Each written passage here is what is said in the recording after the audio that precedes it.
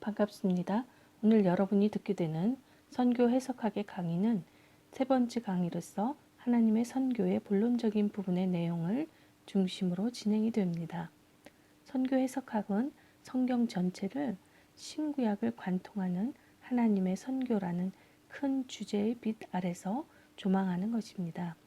성경은 처음부터 끝까지 하나님의 선교라는 거대 서사로 구성되어 있습니다.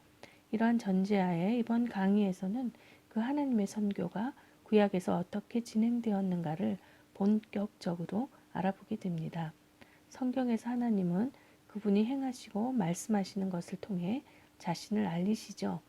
우리가 구약의 어디를 들여다보든지 이스라엘의 야훼 하나님이 온 땅에 혹은 온 민족에 혹은 온 인류의 유일하신 보편적 하나님이라고 단언하는 본문들을 손쉽게 찾아볼 수 있어요. 야훼 하나님은 모든 것을 창조하셨고 모든 것을 소유하시고 모든 것을 다스리십니다. 이러한 야훼 하나님의 유일성과 보편성은 구약 신앙의 토대를 이루는 원리이며 이는 또한 신약 기독교의 신앙과 예배, 선교의 토대를 이룹니다. 야훼만이 이스라엘에게 자신을 알리시고 또 땅끝까지 알려지기를 원하시는 한 분, 참되시고 살아계신 하나님이시라면 그 사실 자체로 선교를 해야 할 당위성은 충분하다고 볼 수 있습니다. 이러한 야훼 하나님의 전능하신 행동에 대한 기록과 그 행동을 예언하고 설명하고 경축하는 말씀은 구약 문헌의 많은 부분에서 대등한 핵심을 이루고 특별히 구약 역사의 양끝에 기록되어 있는 두 사건은 바로 출애굽과 바벨론 포로 귀환 사건이라고 할 수 있겠죠. 오늘은 이 두 사건의 사례를 살펴봄을 통해 우리는 이스라엘이 이 사건들과 연관시킨 핵심 진리들이 무엇이며 그것들이 어떻게 야훼의 유일성과 보편성과 관련되어 있는지를 살펴볼 것입니다. 이를 통해 하나님의 선교에 있어 알려지기를 원하시는 하나님이라는 측면을 이해하게 될 것입니다. 하나님의 은혜를 체험함으로써 하나님을 아는 첫 번째 사례는 출애굽 사건입니다. 이 출애굽은 구약 성경에서 그의 백성을 위한 야훼의 능력, 사랑, 신실하심, 해방시키는 사역 등을 명확히 보여주는 사건이죠. 따라서 출애굽은 자기 계시를 위한 하나님의 중대한 행동이었으며 이스라엘 편에서는 엄청나게 강력한 학습 경험이기도 했습니다. 출애굽기 5장 22절에서 6장 8절은 출애굽기 이야기의 중추적인 본문이라고 할 수 있습니다. 애굽에 도착한 모세는 바로에게 히브리 노예들의 자유를 요구하지만 상황은 갈수록 악화되는 것을 볼 수 있습니다. 억압이 심해질수록 지도자들은 모세에게 불평을 하였고 다시 모세는 하나님께 불평을 하게 됩니다. 불타는 떨기나무에서 말씀하신 구원의 약속을 지키시지 않는다고 하나님을 비난하게 됩니다. 그러자 하나님은 자신의 정체성을 다시 한번 분명히 설명하시면서 간결하지만 포괄적으로 자신의 구속 의도를 제시하시죠. 출애굽기 6장 6절에서 8절 말씀은 이 기사와 전체와 관련된 하나님의 사명 선언문이라고 할 수 있습니다. 하나님은 자신의 이름과 성품에 대한 보증으로 나는 여호와라는 말을 6절 첫 부분과 8절 끝 부분에서 반복해서 말씀하십니다. 이스라엘을 위해 또한 세 가지 일을 행하시겠다고 다시 약속하십니다. 그 약속의 첫 번째는 그들을 애굽의 멍에에서 해방시키겠다. 두 번째, 그들과 상호 언약 관계를 맺겠다. 세 번째, 그들을 그들의 조상들에게 약속한 땅으로 데리고 가겠다는 약속입니다. 이 전체 시나리오에서 이스라엘이 해야 할 일은 이 사건들을 통해 하나님이신 야훼를 확실하게 아는 것뿐이었습니다. 이 출애굽을 통해서 예상되는 결과는 이스라엘이 야훼를 하나님으로 알 뿐만 아니라 하나님의 성품과 능력에 대한 몇 가지의 근본 진리도 깨닫게 되는 것입니다. 그렇다면 출애굽을 통해 이스라엘은 야훼에 대해 무엇을 알게 되었을까요? 세 가지 교훈이 강조되고 있음을 알 수 있습니다. 그중 두 가지는 출애굽기 15장에서 나오는 것으로 야훼는 비교할 수 없는 분이시라는 것과 그분이 주권적으로 행하시는 분이시라는 것. 또 마지막 하나는 신명기 4장에서 볼 수 있는데요. 야훼는 유일하신 분이라는 내용입니다. 먼저 이 모세의 노래라는 이름을 가진 출애굽기 15장 1절에서 18절 말씀은 하나님의 출애굽 구속 사역과 그 과정에서 안전하게 홍해를 건너 자유를 그들에게 선물하신 사건에서 두 가지 강력한 결론으로 찬송하는데 야훼와 같은 자가 누구니까, 즉 누가 주와 같은가라는 수사적 질문으로 그 의미를 강조하는 것을 볼 수 있습니다. 야훼는 출애굽기 처음 8장에 걸쳐 당당하게 권세를 과시하시면서 자신이 애굽의 모든 신보다 우월하다는 것을 입증하셨습니다. 이스라엘의 하나님이 분명 인근에서 가장 강력한 신이라는 것 뿐입니다. 야훼는 능력과 의지 면에서 누구와도 어떤 신과도 무엇과도 비교할 수 없는 분이시다라는 사실입니다. 그 모든 것들은 하나님과 상대가 되지 않는다는 것이죠. 다음과 같은 점에서 그분이 도저히 비교할 수 없는 분이라고 단언하고 있습니다. 첫 번째로 약속을 지키시고 자신의 말씀을 성취하는 것에서 사무엘하 7장 22절, 특히 창조에서 나타난 능력과 지혜에서 예레미야 10장 6절에서 7절, 11절에서 12절, 하늘의 모임에서 시편 89편 6절에서 8절, 나라들을 다스리는 것에서 예레미야 49장 19절, 50장 44절, 죄를 사하시고 허물을 용서하시는 것에서 미가서 7장 18절, 그의 백성을 위한 구원의 능력에서 이사야 64장 4절. 따라서 출애굽을 통해 이스라엘이 야훼에 대해 알게 된 중대한 진리는 그분이 다른 신들과는 결코 비교할 수 없을 만큼 가장 위대하시다는 것입니다. 이것은 최상급으로 단언이 되었기 때문에 더 정확하게 말하면 유일신론에 대한 주장이나 다름이 없습니다. 야훼가 비교할 수 없는 분인 까닭은 실제로 그분과 비교할 만한 것이 아무것도 없기 때문입니다. 야훼는 비길 데가 없는 분이십니다. 또 이 노래의 절정은 여호와께서 영원 무궁하도록 다스리시도다라는 출애굽기 15장 18절의 승리의 환호성입니다. 히브리 동사가 여기에 쓰인 것은 미완료 형태로 되어 있습니다. 그것은 그분이 이제 자신이 왕이시라는 것을 보여주시는 것이고 그분이 지금 다스리고 계시며 그분은 영원토록 계속해서 다스리실 것이라는 다소 유연한 의미를 지니고 있음을 볼 수 있습니다. 이것은 성경에서 최초로 하나님의 나라가 언급된 중대한 경우로 볼 수 있고요. 야훼가 자신의 백성을 억압하고 그분을 알기를 거부한 사람들에게 승리하셨다라고 말하는 맥락에서 나오는 것입니다. 이렇게 야훼를 왕으로 단언하는 것 자체가 대결적이고 논쟁적인 것이죠. 이 출애굽기 본문은 야훼의 왕권은 바다를 건너 바로의 군대를 쳐부순 역사적 사건이라는 맥락 속에서 나오지만 이 시적 표현들은 고대 근동의 특히 엘과 바알에 대한 가나안 서사시에서 나온 신화적 전통들을 차용하고 있는 것을 볼 수 있습니다. 우가딜에서 바알은 우리의 왕이며 세상의 주라고 환호하죠. 그는 위대한 신 얌, 즉 바다에서 있는 신을 얘기합니다. 얌으로 대표되는 태고적 혼란을 누르고 큰 한산의 보좌에 앉으며 거기에서 영원한 나라를 다스리는 등의 주제는 가나안 신화에 나오는 이야기입니다. 이를 반영한 시편과 하박국, 이사야 등에서 볼 수 있는데 이렇게 비유적 표현들을 사용하고 있다고 해서 결코 구약이 엘과 바알의 신화를 받아들였다는 말은 아닙니다. 이스라엘의 신앙은 이러한 신들에 대한 모든 주장을 야훼의 통치에 복종시킵니다.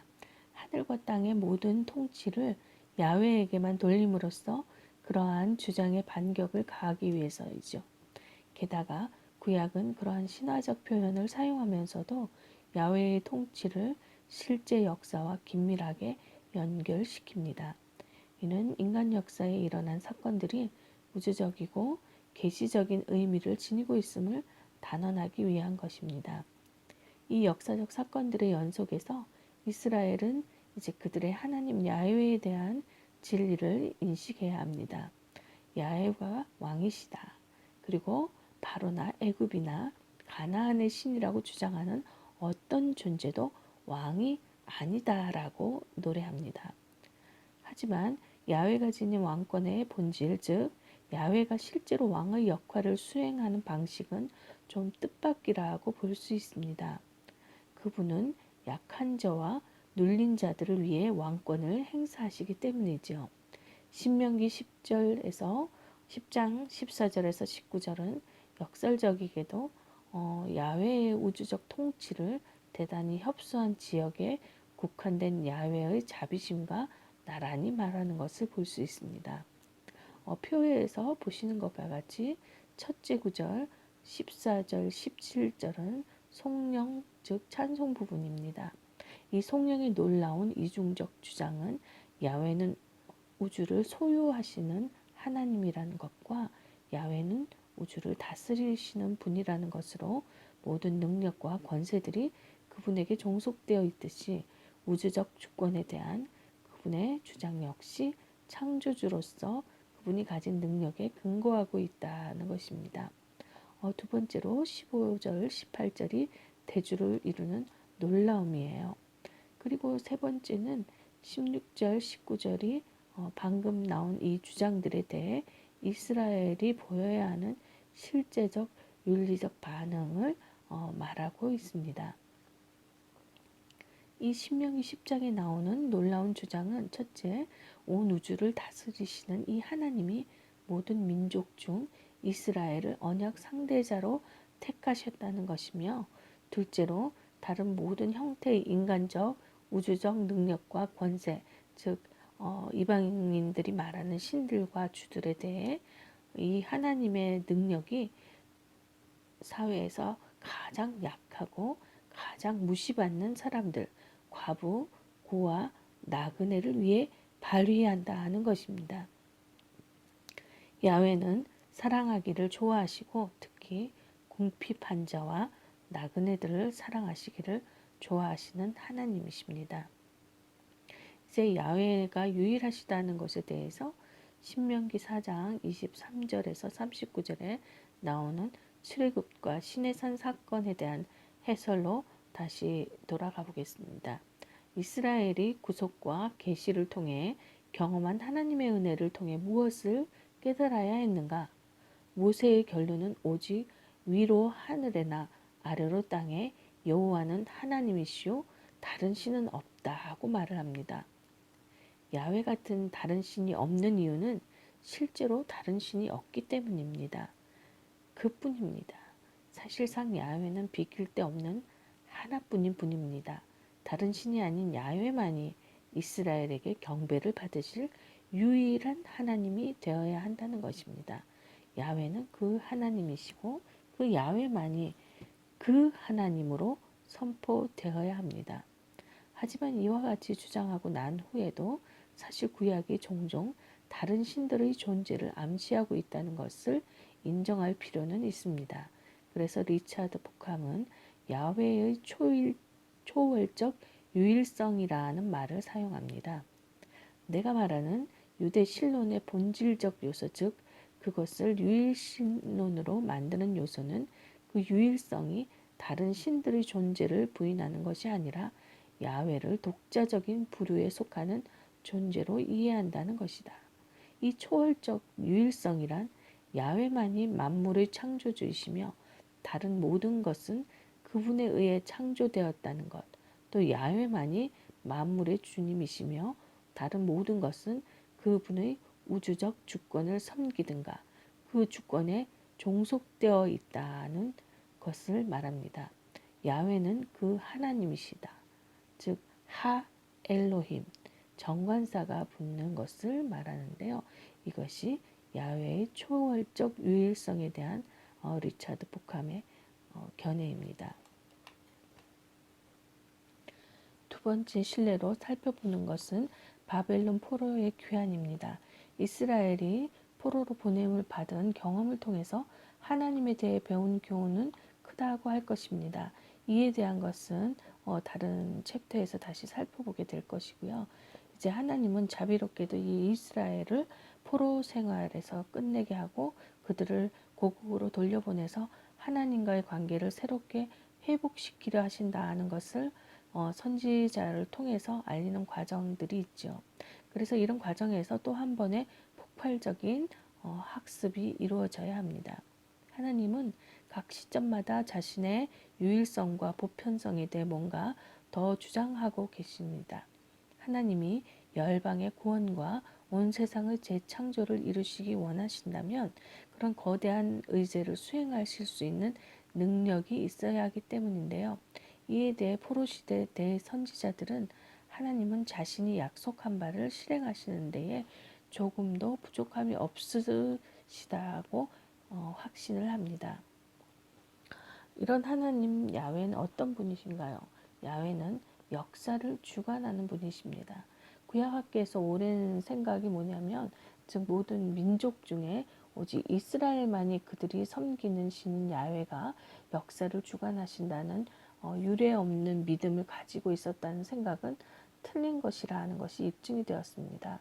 왜냐하면 다른 민족들도 자기 신들에 대해서 비슷한 주장들을 했다는 사실이 밝혀졌기 때문이죠. 그들은 자신이 다스리는 나라의 일에 관여하는 것, 특히 군사적 활동을 성공시키는 것이 바로 신들이 하는 일이었다고 말하고 있습니다. 바벨론 포로기의 선지서 본문들이 반복해서 주장하는 내용 중 놀라운 것은 이스라엘은 더 이상 하나의 나라라고 보기도 어려운 패배한 작은 나라가 자신의 신에 대해 그런 주장을 한다는 것은 터무니없이 교만하게 보였을 것이라는 겁니다. 이 사람들은요, 그들과 그들의 신이 역사 속에서 완전히 잊혀질 현실을 애처롭게 부인하면서 망상 속에서 살고 있는 것처럼 이방인들에게 보여졌을 것이 분명합니다.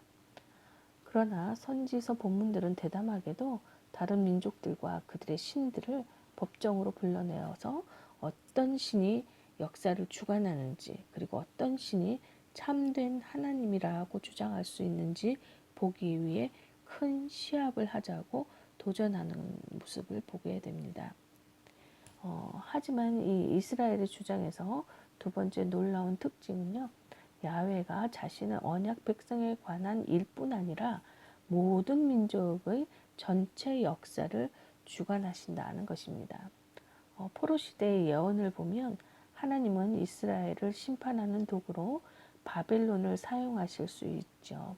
하지만 하나님은 또한 그 바벨론을 심판하는 대행자로 고레스를 세워서 사용하실 수도 있습니다. 마찬가지로 야훼의 주권으로 고레스가 다른 모든 나라들과 싸워서 승리했다고 여길 수도 있습니다. 이는 실로 놀라운 주장이죠. 그래서 사이먼 셔위는 구약의 이러한 주장이 지닌 특징을 당시 나라들이 자신들의 신에 대해 주장한 내용과 상세히 비교해 볼 때 이는 아주 독특한 점이고 이러한 주장은 10중 8구 이스라엘의 유일신론적인 세계관과 연결되어 있다고 주장합니다. 두 번째로 야훼는 그분의 말씀을 통해서 주권을 행사하십니다. 하나님 말씀의 권세는 이스라엘의 신앙에서 이미 확증된 부분이었어요. 창세기 1장뿐 아니라 예배에서도 이스라엘은 야훼의 말씀과 우주의 창조를 연관짓고 있습니다. 이러한 내용은 바벨론 유수에서 더 새롭게 두드러지게 되는데요. 그런 맥락에서 하나님의 말씀이 지닌 힘은 그 백성의 무력함에 의해 더욱더 생생하게 강조된다는 거죠. 이스라엘은 야훼가 패배했기 때문이 아니라 이스라엘을 심판하기 위해 바벨론을 사용하셨기 때문에 포로가 된 것이죠. 야훼가 강제적인 힘을 사용하지 않는 것이 다른 어떤 선택권도 없고 무능하다는 의미는 아니기 때문입니다. 즉 전쟁에서 패배한 야훼가 자신의 뜻을 강제적으로 시행하기 위해 다른 수단에 의지하려는 것이 아닙니다. 그러므로 하나님의 구속의 은혜가 극명히 나타난 출애굽과 바벨론 포로 귀환을 통해 이스라엘은 야훼 하나님이 자신의 말씀을 통해서도 세상 역사의 흥망성쇠의 주권을 발휘함으로써 자신의 유일성을 나타내심을 알게 되었다는 것입니다.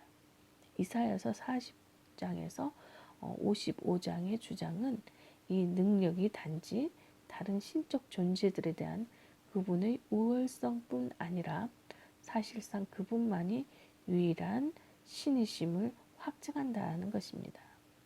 세 번째로 야훼는 자신의 이름을 위해 행동하십니다. 야훼는 왜 자기 백성을 포로 생활에서 돌아오게 하셨는가? 그 과정에서 말씀을 통해 주권적으로 역사를 주관하심으로 자신의 신성을 주장하신 것이 왜 중요한가? 이 두 질문에 대한 답은 바로 자기 이름에 대한 하나님의 관심 때문이라는 것입니다. 첫째 질문은 하나님이 그렇게 하신 동기가 무엇인가 하는 것입니다. 야훼가 자기 백성을 그들의 포로 생활에서 구해주시려는 이유는 그렇지 않으면 하나님의 평판이 영구적으로 해를 받을 우려가 있기 때문이라고 말할 수 있습니다. 네 번째로 야훼의 주권은 모든 피조물에게 미친다는 것입니다. 바벨론 유수 이전의 이스라엘 신앙과 예배에 빠지지 않았던 하나의 주제가 있죠. 이는 바벨론 유수와 귀환 시기 전후에 특히 두드러지게 나타나게 되는데요. 이것이 바로 유일하신 살아계신 하나님 야훼가 모든 창조물에 대해 주권을 갖고 계시다는 것입니다. 시편 33편은 이러한 주장과 야훼가 국제 역사를 지배하시는 것을 직접 연관시킵니다. 예레미야는 창조주이신 야훼의 권능과 다른 신들의 무능함 및 덧없음을 명확히 대조시키고 있습니다. 창조주 하나님의 이런 주권을 가장 중시하는 것은 이사야의 예언들로 그 예언들은 바벨론 포로들의 신앙을 새롭게 하기 위해 주어진 것입니다. 포로들이 야훼의 보편성에 대한 확신을 되찾는 것이 필요했기 때문입니다. 다섯 번째로 야훼는 자신의 유일성과 보편성을 증거하는 일을 자기 백성에게 맡기신다는 것입니다. 세상의 다른 사람들은 이 야훼에 대한 이 위대한 진리들을 어떻게 알게 될 것인가? 이 질문은 본질상 선교학적인 것으로 이에 대한 대답은 야훼가 자기 백성의 증거를 통해 열방에 대한 자신의 의도를 드러내신다는 것입니다. 증인의 일차적 책임은 자신들이 아는 것을 증거하는 것이죠. 열방 중 오직 이스라엘만이 야훼를 아는 백성입니다. 다른 민족들은 아직 야훼를 알지 못해요. 사실 우상 숭배는 일종의 무지에서 나오는 행동입니다. 열방은 야훼의 율법을 알지 못했기 때문에 이 우상 숭배를 하게 되는 것이죠. 그 율법은 야훼가 오직 이스라엘에게만 주신 것이에요. 하나님이 예루살렘을 위해 하신 일이라는 좋은 소식이 열방에도 전해질 좋은 소식의 일부가 될 것입니다. 그때 땅 끝까지도 모두 우리 하나님의 구원을 보게 될 것입니다. 이스라엘은 구속과 해방을 통해 야훼의 엄청난 은혜를 역사적으로 체험함으로써 그분을 오직 한 분이신 참되고 살아계신 하나님으로 알게 되었다고 믿었음이 분명합니다. 그분의 초월적인 유일성에 비추어 볼 때 야훼 같은 다른 신은 없었다. 게다가 그들은 이 지식에 대한 청지기의 의식을 가지고 있었습니다. 궁극적으로 모든 나라가 야훼의 이름과 영광과 구원과 권능의 행동을 알고 그분만을 하나님으로 예배하는 것이 하나님의 목적이었기 때문입니다.